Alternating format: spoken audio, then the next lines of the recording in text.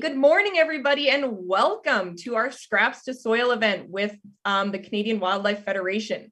My name is Rebecca Moon. I'm with the Center for Global Education, and I'm very happy to moderate this event for you because we are going to learn a ton about soil and composting and how to keep healthy soil. So I'm very excited about what we're going to be working on today. So welcome to everybody that's here. I'm sure we'll still have a couple schools joining in, but if you're a couple minutes late, that's okay. Just a couple reminders before we get started. If you have a question, the best way to get your question answered is to type it into the chat, just like we did during our trivia. So if you have a burning question during our event that you would love our expert to answer, just go ahead and type it into the chat and we will get to it as soon as we can. Another great way to get your questions answered is to use your little raise hand reaction. So if you see at the bottom of your screen something called reactions, you can click on that and it will raise your hand and I can clearly see who has questions, and then you can even unmute and ask them live and then we can see them. Okay, so what I would like to begin with is a land acknowledgement. So I would like to acknowledge that I'm joining from Amiskwaciwâskahikan. So this is what we colonially call Edmonton, and it's on Treaty 6 territory.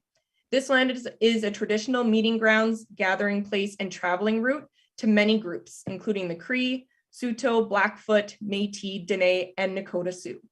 I would like to also acknowledge all of the traditional territories and lands that we are all on today. Since we're meeting virtually, it's a really great opportunity to connect to the land that we each call home.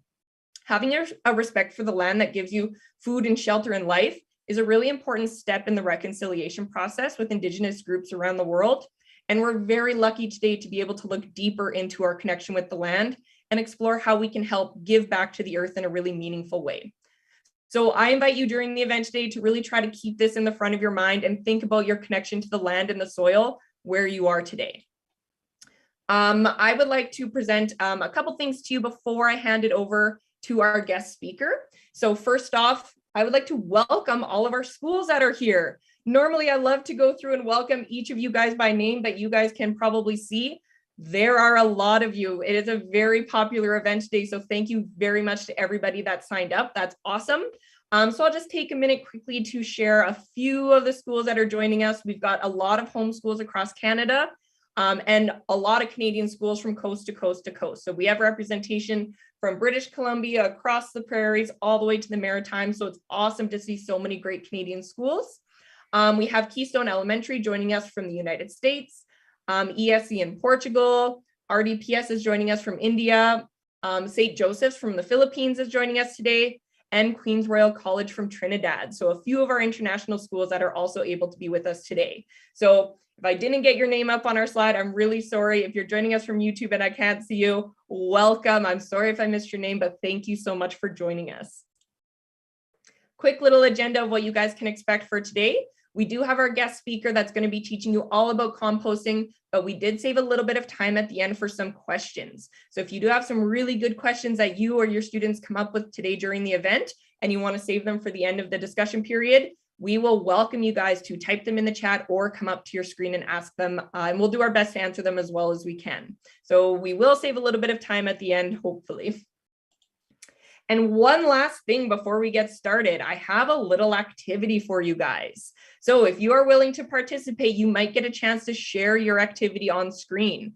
All that you need is a piece of paper and something to write with.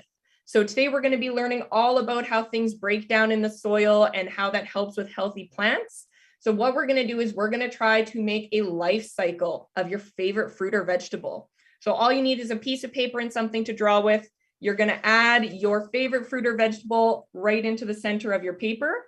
And as we work through all of our presentation today, you can add all sorts of things to your paper. So we'll see kind of what sorts of things go in and out of that life cycle to help it go from a fruit to the ground to a new plant. So if you would like to participate in this activity, go ahead and grab some writing utensils and we will hopefully get to see some of them at the end of our presentation today. Okay. Without further ado, I would love to welcome our guest speaker. Sarah Colbert is a naturalist and gardener since she was a little girl, when she would delight in the plants and animals in her backyard. Sarah's love for nature led to several environmental jobs and naturalist volunteer roles before joining the CWF, where she helps Canadians discover the incredible nature right outside your doors and garden in a wildlife-friendly way. So welcome, Sarah. I will go ahead and stop sharing, and I will hand it over to you. Great, thank you. Well, I will then share my screen. Can you all see my screen okay? Perfect, okay. And just move something over for me. And I want to say thank you very much for having me here. It's a great pleasure to share with you guys some things that I know about composting. And before I even get into the presentation, I just want to sort of say something akin to what Rebecca mentioned, and that, you know, the earth is really important. We really need it, and it's a beautiful place to enjoy. And we all have so much power and the ability to do lots of really good on this planet. And this, what we're going to talk about today, is a great way to do something really important, really positive, and it's actually quite simple. So let's get going and see what we can do here. So have you guys ever wondered actually about, when you think of the planet and how long it's been around, do you ever wonder why we don't have huge piles of fallen trees and leaves and other organic material lying around from all these millions of years? When you think of all the plants and all the animals that have ever been and have lived and died, where do they go? Do you guys have any idea? Hey, and I did launch, if you guys will see in your settings, a poll for these questions. So if you'd like to answer on the poll, that will work awesome. If you want to type it in the chat, you can do that as well. But there should be a question of, where do you think these leaves go? They don't build up forever. So I guess we'll give that a few moments for people to answer that, eh? Okay. And I should just check, we can see the poll, right? I did launch it. I want to make sure our schools are able to see them. I did see it, and I definitely saw it, and then I closed it. Okay, so we'll see. Maybe we can keep going, and I'll kind of let you guys know what the results are from that guy. Okay, so, well, the next slide actually does have the answer to that, but it goes back to the earth, and that's thanks to composting, which is why we're here today. So composting is nature's way of recycling organic matter, which are things that were once living, into a nutrient-rich soil-like product. And when I say nutrients, that's good stuff. Like, we take nutrients from our food, like all the proteins and vitamins and minerals and such, and it goes into a soil-like product. And how does that happen? Well, very small animals, they eat our food scraps and our yard waste, and then they excrete these particles, which is kind of like pooping, but you know, they're small enough for other plants to use as nutrients. And that's nature's way of fertilizing a plant. And so fertilizer is like when we get the vitamins and minerals from our food, or even if you have to take a supplement like vitamin C. And so here's my next question for you. What plant part brings in these nutrients from the soil? And there's a kind of a clue on the screen to help you in case you need a hand with that one. Our schools are very good at plants. We already have a unanimous answer on our polls here, but I'll give you guys a few more seconds to see if you can get your guesses in.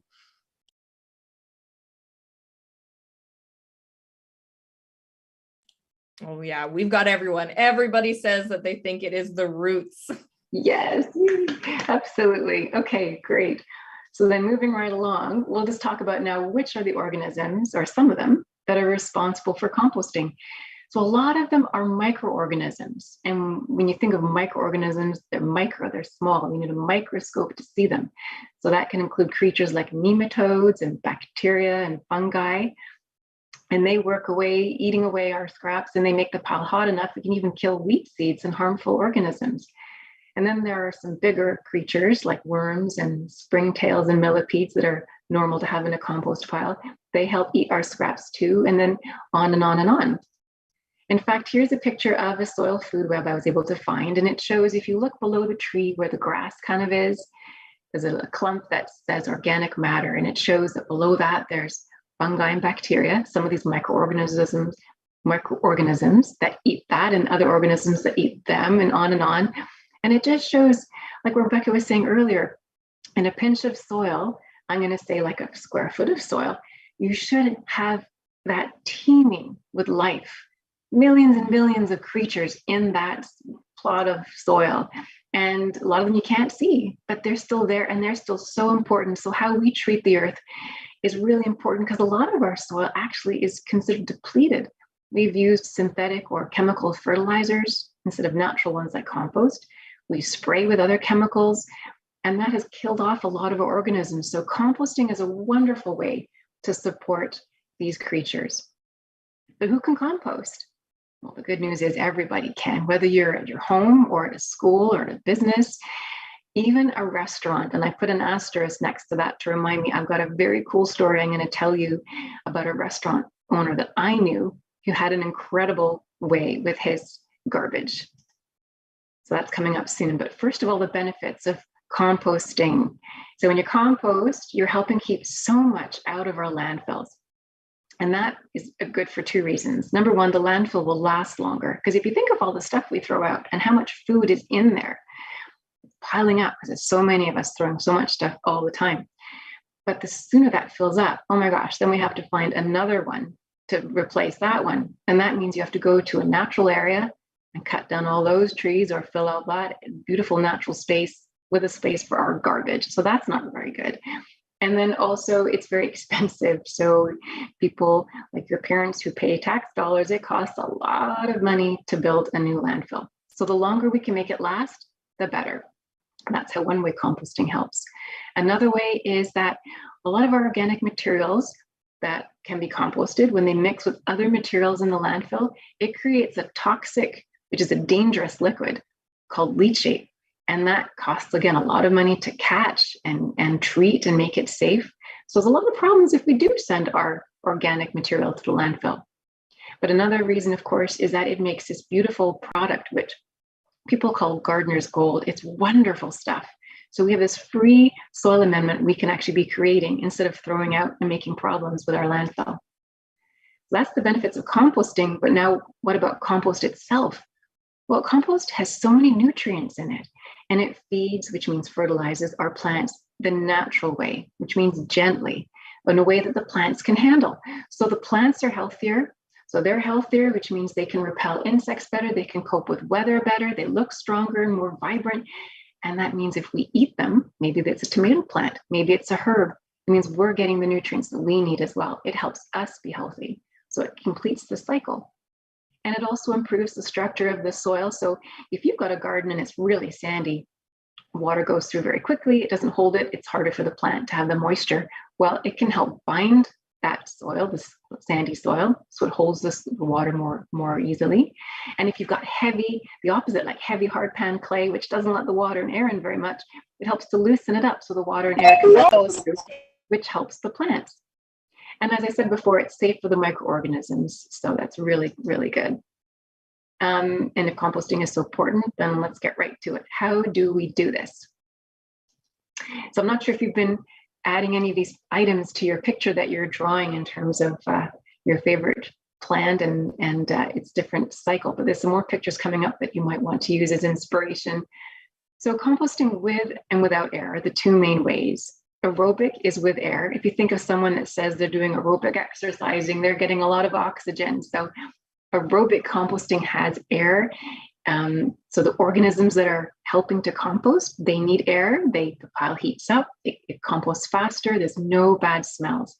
Really, it should not smell bad, your composter. If it does, then it means there's a bit of a problem. We can talk about that in a minute. The other kind is anaerobic, so there's no air. Perhaps it's all being done underground. Some composters are designed to do that, where there's a little cap just above ground and you can put your stuff in there and you close the cap and it's all sealed. Or perhaps your regular composter got so wet and so compacted that air can't get in, and then the aerobic organisms die off and the anaerobic ones take over, and that can be very smelly and it can be much slower too. But really, if we talk about aerobic composting, which is what most people do, it is quite simple. And there's three ways people can do it. There's a basic one in the yard where you have organic materials in a pile or in a composter and you can leave it be, or you can turn it once in a while if you want to speed it up. The other kind is vermicomposting, which is using worms in a bin. And you can keep it in your house so the temperatures are even and the worms don't die from the cold or the excessive heat. Or if you have it outside, you can line it with a special kind of insulation. Or there's city composting. We're just going to talk about the first two because not everybody's on a city composting system. And if you are, they've got their own particular details around that. So For basic composting, you want to think about where you're going to put it, the location, and the style. What kind of composter is it going to be? So if it's in a sunny spot, it'll dry out faster. You might need to add some moisture. If it's in a shady spot, it might not dry out as fast. Keep it close enough that if you do have to add water, it's not very hard to get a hose or a watering can to it. Generally, you don't need to add. I never have had to in my time, but if you need to, at least it's an option. And you want it close enough that you can walk to it with your scraps. And if you do it over the winter, maybe you've got two composters and you've got one that you fill up during the winter, because these organisms go dormant in the winter. So your stuff's going to pile up. Whereas normally when you compost, it never really piles up much because the organisms are constantly eating and they're constantly getting that matter down. You want space around it so you can stir it or harvest the compost.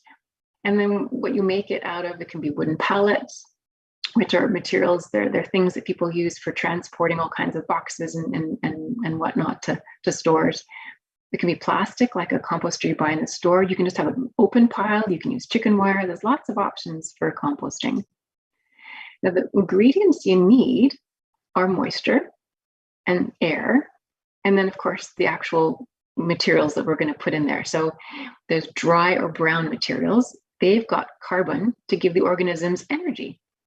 So they're typically dry and brown materials. They're dried leaves, they're old twigs, perhaps sawdust and wood chips if someone does woodworking. And then they also need wet or green materials. They're not always green, but grass clippings are, fresh leaves are, but they're also other colors like orange peels and red from tomato scraps and yellow from banana peels. So all those fresh materials give these organisms nitrogen that they need to grow and reproduce. Now, vermicomposting, again, you want to talk about where to put it and how to do it. You want to have it typically indoors so the temperature doesn't, get too problematic for these little creatures. And you can use a styrofoam bin, plastic bin. You can use wood, although I'm told to be careful with wood because some wood gives off something that can be harmful to the worms. Some people have done it, but I'm not sure too much about it.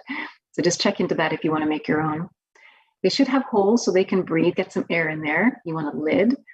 And there's different kinds. When I had one years ago, it looked like a blue box, but it didn't have holes at the bottom. And it had a lid at the top with holes so they could get the air. And there's another kind here I'm showing, which is a common kind people can buy nowadays. And it's got different layers that you use with the worms on one layer in the soil. And then you keep putting material in that layer. And then when they haven't had enough, then they start feeding from another layer, which you fill with your food scraps. And then when the worms are busy in that other layer, you can take out then the one that they finished with and harvest that. So here I wanted to remember to tell you the sick plant story and a restaurant story. So the restaurant was called the Cajun Attic. And this is back when I worked for the city of Ottawa. And we help businesses reduce their waste. And these guys, the only thing they put to the curb were cigarettes and straws, because they were incredible. They took all of their food waste and they ground it up and they fed it to their worms. They had a worm bin outside. In fact, they had several worm bins all lined up and they were outside. So he lined them with special styrofoam to keep them warm enough in the winter. And because he was able to divert so much of his waste or his garbage that way, he was able to come on the city program for recycling. So he recycled everything else. The only garbage he had left were cigarette butts and straws, which is pretty impressive, I think. So it just shows what's possible when you put your mind to it. And then the other story is a sick plant story. I knew this lady who actually was fantastic with worm bins, and all her friends would give her their sick plants. And what she would do is she'd take a little bit of the compost from the worm bin, the worm castings, she'd add it to the plant's soil, and the plant always got better, never failed. So just showed how important the vermicompost was. It was very good for the soil, for the plants in general, but also helped make them really healthy. So in a worm bin, you're going to have the worms. Again, I'm not sure if you're drawing a picture, but you might find some of these pictures inspiring for yours. We only use red wiggler worms. Now, they're not native to Canada, so if you get tired of the bin, please don't release them to the wild. I'm told they won't survive in most of our climates, but there are some parts of the country that are warmer and it's best not to introduce non-native species to our natural habitats. Not a good idea. Now, they are usually the ones used because they live at the soil surface. They don't bury deep, deep, deep, which means as you're giving them the food scraps, they don't have to have a ginormously deep bin to do it, and they can live in a shallow surface area. Again, you're going to do the same thing with a regular composter. You're going to give them your food scraps, except, and I said, I had this on the other slide, but I didn't remember to say it out loud. You generally want to avoid things like meat and dairy that are coming from animals, and smelly things like onions and garlic, fats and sauces. In this case, they can be very hard on the worms. In the other composter situation, it can actually attract predators and pests like raccoons and whatnot to come and actually eat out of your composter, which is not a fun thing because they can chew through it and make messes and whatnot. So best to keep things simple, stick to your bed. Sarah, sorry for your poll question for that one. They actually did pretty good on it. It was one of the harder ones, but 75% of us knew that those things would attract pests to the compost bin. So, I'm sorry, the bar here is covering that. I forgot that question was there. Yeah. I couldn't even read it. Yeah, no, but they did pretty good. It was a tricky one, but most of them got it. So good job, I'm guys. glad you saw it, and I'm glad you're able to answer it. So that's awesome. Thank you for pointing that out. That's great. It's always tricky when you're creating a presentation. There's some part of the slide that is not going to be visible to someone, unfortunately. So then moving on, carbon again, we talked about before with regular composters. In this case, you can use shredded newspaper. You want to make sure it's something that's not bleached, because some of our paper actually goes through a process where they bleach them, and that just to make it bright white, which we really don't need, and it's really not good for worms. So you don't want bleached paper. You don't want glossy paper because that's been treated with chemicals too. And avoid colors. If you're going to put newsprint in, avoid ones with the colors. The blacks are pretty safe now. They're using vegetable-based ink, so it shouldn't be harmful. You can use dried leaves from the garden. You can use shredded cardboard. And this is the outer part of a coconut, which actually people can use, not as easily bought, of course. But if you make a mixture of that and you add a bit of soil, then you're ready to go.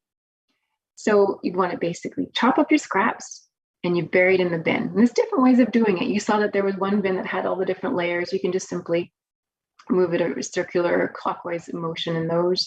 This bin here I got a picture of, they just basically have it on one half and there's a bit of a blanket that they'll fold over and then they'll do the other half. When I had my worm bin, I would bury it in one corner of the worm bin, and a few days later I'd bury it in another corner and I'd go around and around, so the worms had an easy path to follow. And by the time I got back to the first part, they'd already eaten it, so then we could keep going.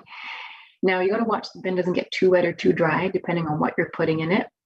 If it gets too wet or too dry, it's uncomfortable for them, so you can adjust accordingly. And after 2 or 3 months, you find that, oh my gosh, it's different now. It's not soil and bedding anymore. It's actually something different. It's like the soil-like product, which is the worm castings. And the worms don't want to live in there for long. They want their food. They want their fresh bedding. So that's when it's time to harvest. Now, I showed you that one with the multi-layers. That's kind of a neat one because the worms naturally go up to the next layer if you entice them with food. In the olden days, had this bin, and so it was just one bin where the worms were, and I had to harvest them, separate them from the worm castings. So basically I had to go outside on a sunny day, plop them down on a table. They didn't like sunlight, so they'd go right to the bottom, which meant I could take the castings from the top and then keep doing it. And then eventually I had my clump of worms, which I try to get out of the sun really fast, and then I start again. Different ways of doing this, and there's easier ways nowadays. So if you're going to explore this for your classroom, check things out and see what you can find near you. But then I've got to wrap this up soon, but just talk about how we can use compost. You can add it to your garden, to the soil there. You can add it to a plant pot. You can use it as a mulch, which means it's a layer that you put around plants on top of the soil, and that's sort of a protective layer. It helps the roots to have an even temperature. It helps them conserve moisture and can sometimes keep weeds down.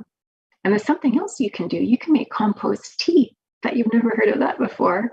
You can actually soak some compost in a bucket of water, and then you strain it off after a day or so, and then you've got a very rich liquid which you can water into your plants. I've done that too. A little messy, but it can be done easily enough. So different ways to play with compost. And then wrapping things up, there are some resources on our website that do talk about this, and there's also activities on our Hinterland Who's Who site, which has something called the Wild Gang. There's different activities there you might be interested in. And iNaturalist, I don't know if you've heard of that, but if you like taking pictures, this is a great place where you can take pictures and you can share them, not just with people around the world who are curious to know what's going in your community, but also scientists check out this website, and it helps them discover if there's something new in your part of the world that's never been there before. And then I've also got a book. This is probably more for the teachers and the parents watching, but this is a book on composting from two Canadians who've written it. And I have great respect for both of them, Lorraine Johnson and Mark Cullen. So if you want to check that out, it's a great resource.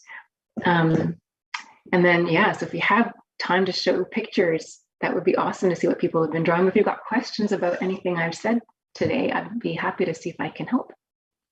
Awesome. Sorry, Sarah, just really quickly, could you tell us the name of the book that you were sharing? Yes. Just in case we couldn't quite see it. For sure. It's called The Real Dirt by Mark Cullen and Lorraine Johnson. I'll get even closer. You can see that. It was written a while ago, but it's still a very good, helpful book if you want to know the ins and outs of composting. There's probably others out there. I just haven't been keeping an eye out myself. Yeah, that's awesome. Thank you very much.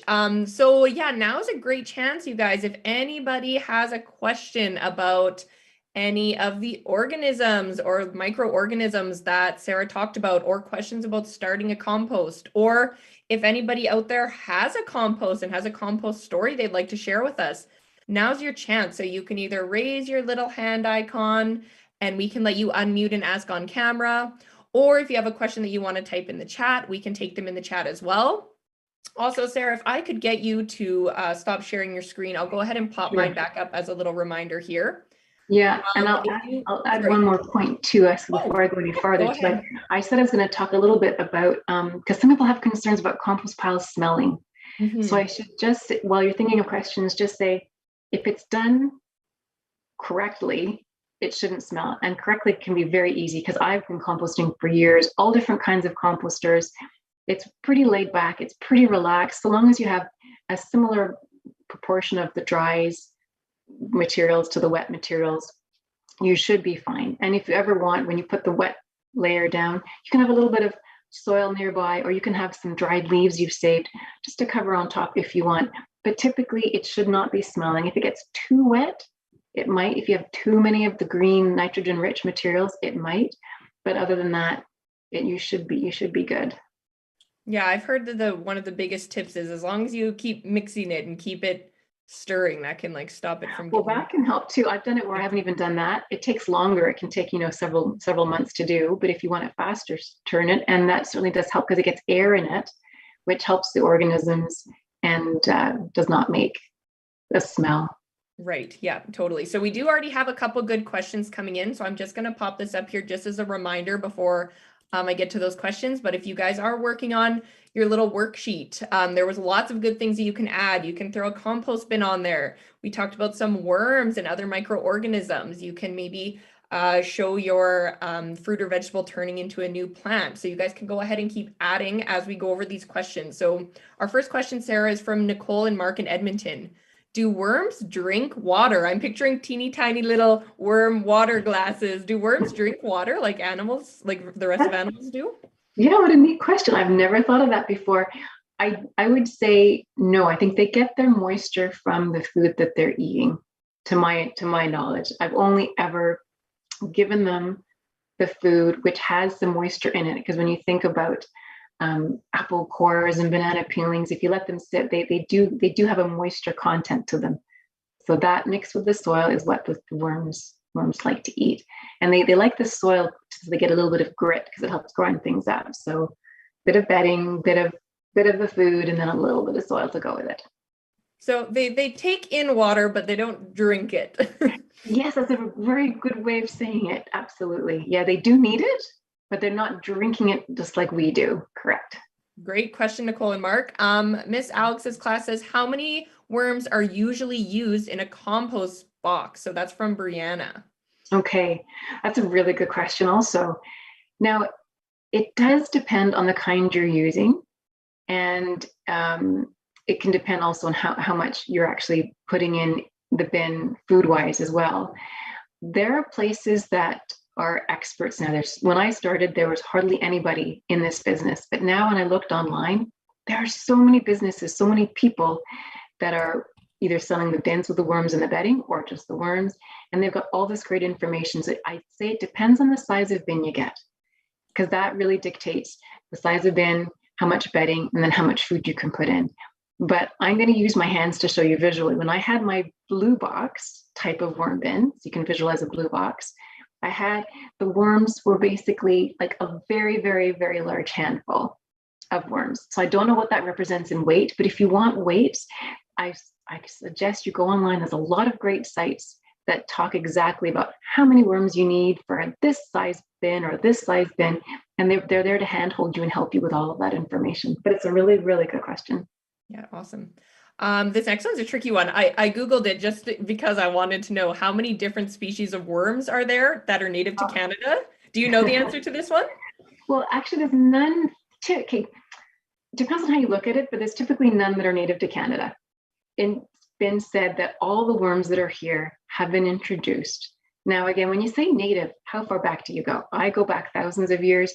If you go back millennium, I mean, so yeah, none of them are typically considered native, which is interesting, right? Because a lot of our worms we say are good for the garden. It helps break down material, and that's true. But again, certain kind of species of worms, if they get into the wrong habitat, they can actually be problematic and destructive as well. And there's even an invasive worm right now that is very problematic in our woodlands. So very interesting question. Good thought. That kind of actually leads us into the next question, because Ford School says that they have a red wiggler compost bin in their kindergarten class, but do you have any recommendations on how to separate the soil from the worms so that they're not introducing worms out into their ecosystem when they use their compost? Okay. Yeah, so what I always did is I would harvest the soil amendment from the worms, and then I'd have the bedding, new bedding and more food ready to start all over again. So it'd be a continuous cycle. So I would never stop and get rid of the worms. If I ever had to stop and get rid of the worms, which I think I must have done at one point, but I'm not sure what I did so long ago, I would find someone who wanted them to continue it on, or you could find a supplier who's selling it to see if they would like them. I would try to find a new home for them if you're going to stop. But if you're not, just keep going, just keep harvesting. Again, if you use the layer approach, that seems like a really cool one. I saw one, I think it's an Ottawa area company. It's not as big as a picture I showed. It's more one that can sit on your counter, and they actually use wood for theirs. So it's much smaller, but they still had the layers. So they still had the idea where when you've got your worm castings ready to harvest, now you entice them up to the next layer. There's like a mesh screen where they can go up. It's fresh bedding, fresh food. So then you can simply lift it off, take that bin of worm castings and then dump it out into a bin or into your garden or however, and then you can just keep going, keep going, keep going. Depends how you do it. I did it the hard way with the bin, where I used the sunlight and I got the pile and then they went right to the bottom. You know, if you don't mind doing that, great. It was actually quite fine once I got used to it. So it's all possible. A nice sunny day to be outside to play with your compost soil. There you go. Yeah, that doesn't sound too bad. And then have shade ready. So as soon as you are done and you're down to your pile, then you can easily quickly get them in the shade. So yeah. Yep. Oh, and then there was a extra one in here as well from Ford School. They were asking, does composting help animals? So we talked a little bit about plants. Does it help animals at all? That's a really good question. I think everything is ultimately connected. So if compost is going to help a plant and that plant to be strong, and then you've got an animal eating the plant, just like us, I think that helps in that way. There are lots of insects that will eat plants. And I know we think it's a problem, but quite frankly, only some insects eat plants to the point where it's a really big problem. Most of them are actually just quietly eating. We don't even notice a lot of the quote unquote damage they're doing. And it's really important. It's like a leaf cutter bee, which will come and take some of the leaves and cut it out and use it to line their nest. And a lot of caterpillars use the leaves, which they have to have as food, and then their food for birds. So all these animals in turn are getting the right nutrients that nature intended. So good question. Everything is interconnected. Yep. Absolutely. And every choice we make has the ability to help. So that's another wonderful thing about this. Yeah, awesome. This next one we have from a couple of different people. So Michelle Smith and Ford School as well were wondering, how long can worms live? That's a really good question. I don't know the answer because again, it's different species. Right. With the red wrigglers that I had, I never noticed dead worms, and I had them for a long time. So I'd have to look that up to see. I know that it's only a matter of, I think, weeks before they're mature enough to reproduce and have eggs of their own, and then they keep reproducing. I'm not sure how many months a worm actually lives, to be honest. I typed it in Google as you were talking. It says they can live as long as 4 years. Oh, wow. Yeah, okay. they will die and decompose in the bin and keep reproducing. So that's what I wondered. Like, would I notice them if they had? I don't know. So interesting.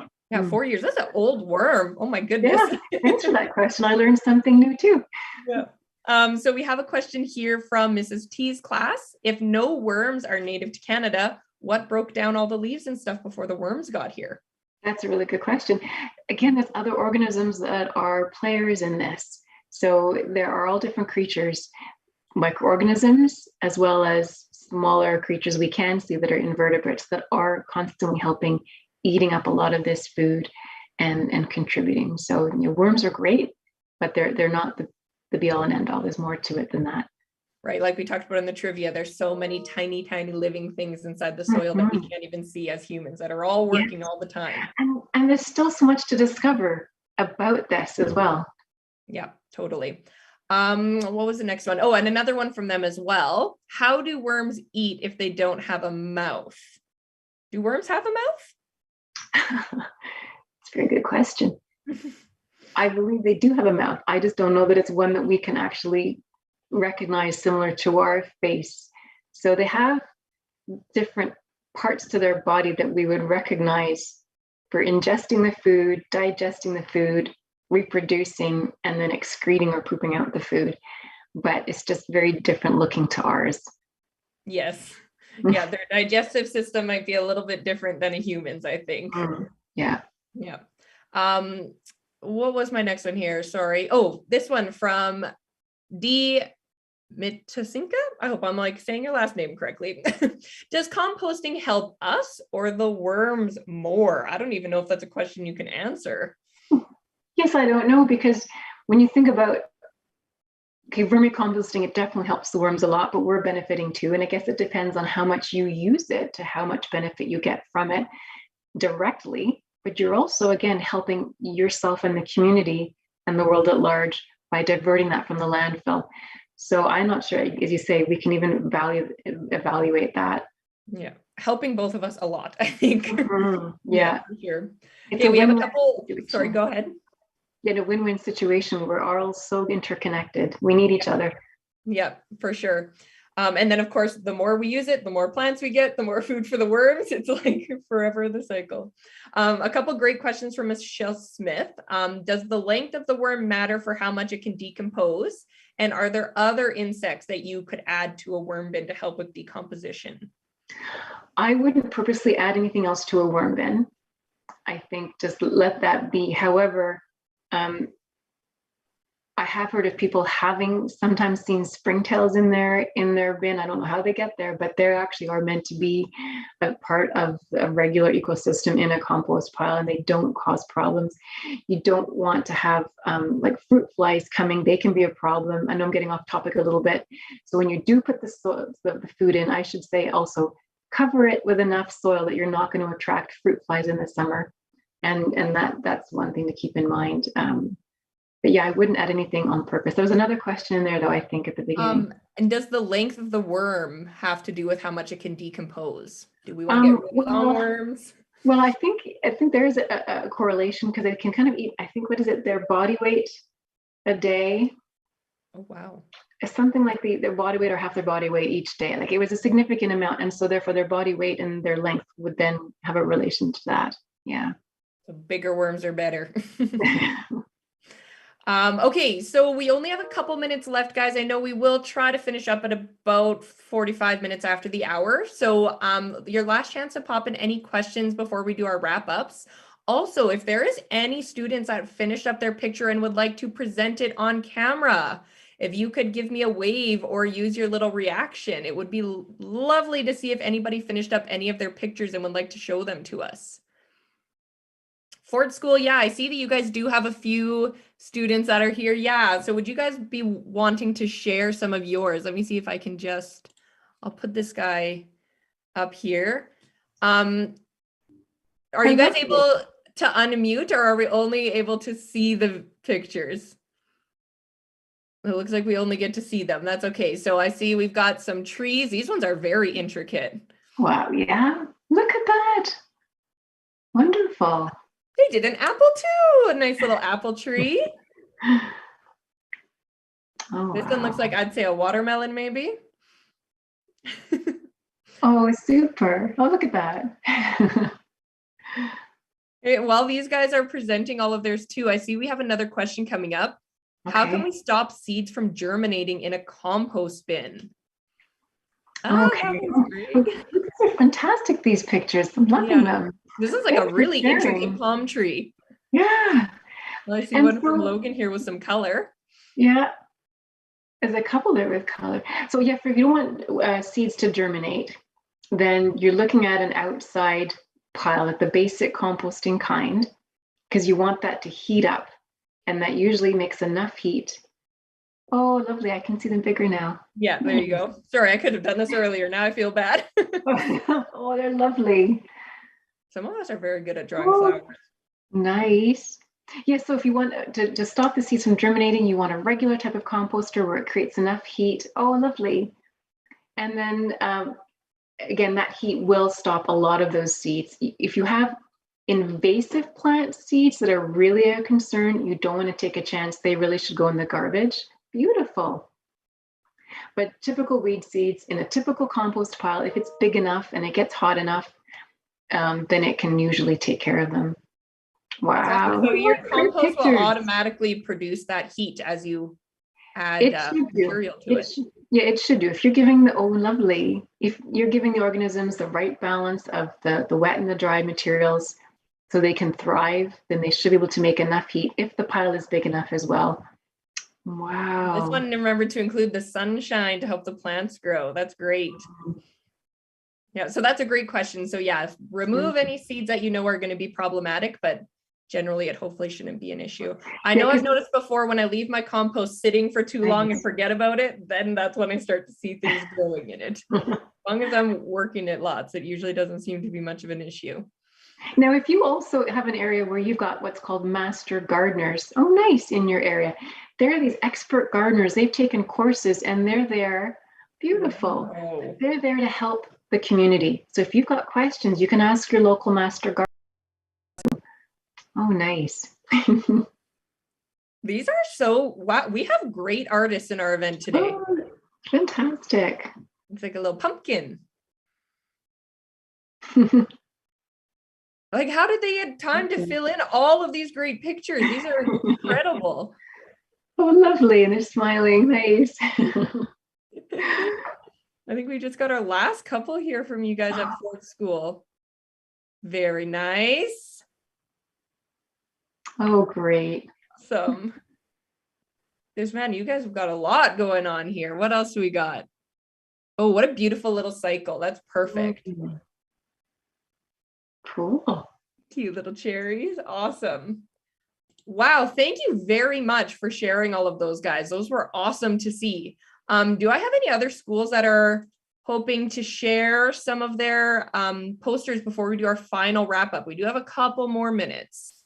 I think Mrs. T's class, do you guys have someone that wanted to share? Okay, let me just see. I can maybe see if I can get yours up here. Oh, great. You can see bigger. Nice. Very nice. Go. Yeah, that looks awesome. Great job. Awesome. Thank you. Okay, so we only have a couple of minutes left. I don't see any last minute questions popping up into the chat. I'll show, oh, we've got a couple more here that we wanted to show. Oh, we got a worm and an apple. Look at this little worm piece. Very cute. Awesome. Yeah, those are great. Okay, so there were a couple things that I did want to share with you guys before I let you go and before I do my final thank yous to you, Sarah, because this has been wonderful. But I did just want to share this with everyone. So if you have your phone, you can just scan this QR code and it will bring you right to our form to sign up for this. If not, I will just pop the link right in the chat here. You can click on that as well. But if you like this event and you're interested in doing the last in the series of events, our final event with the CWF in this series is going to be on school gardens. So helping you start a school garden, getting you to share your school gardens. The great thing about this event is if you sign up, you can actually sign up to receive a free seed package to plant in your classroom. So if you sign up, what we're going to do is we're going to go ahead and forward your information to CWF, and they will reach out to you to get your mailing address and get these seeds so we can hopefully get them planted before the summertime. So there's one more event lined up with these guys, and it's on school gardens. If you have not already signed up, please do. If you have already signed up, we will contact you about the seeds, so don't worry, you're not going to miss out on them.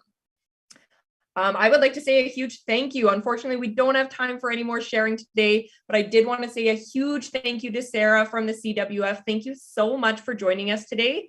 This was absolutely wonderful. Thank you to all the schools that asked so many awesome questions and were able to share what they learned.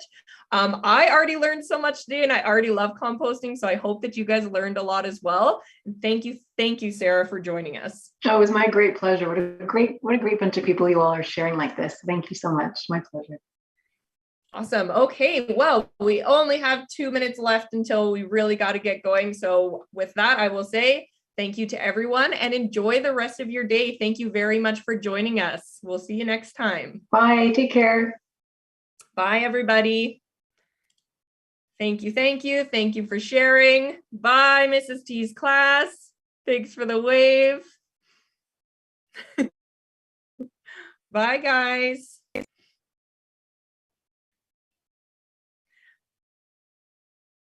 Bye-bye. Oh, look.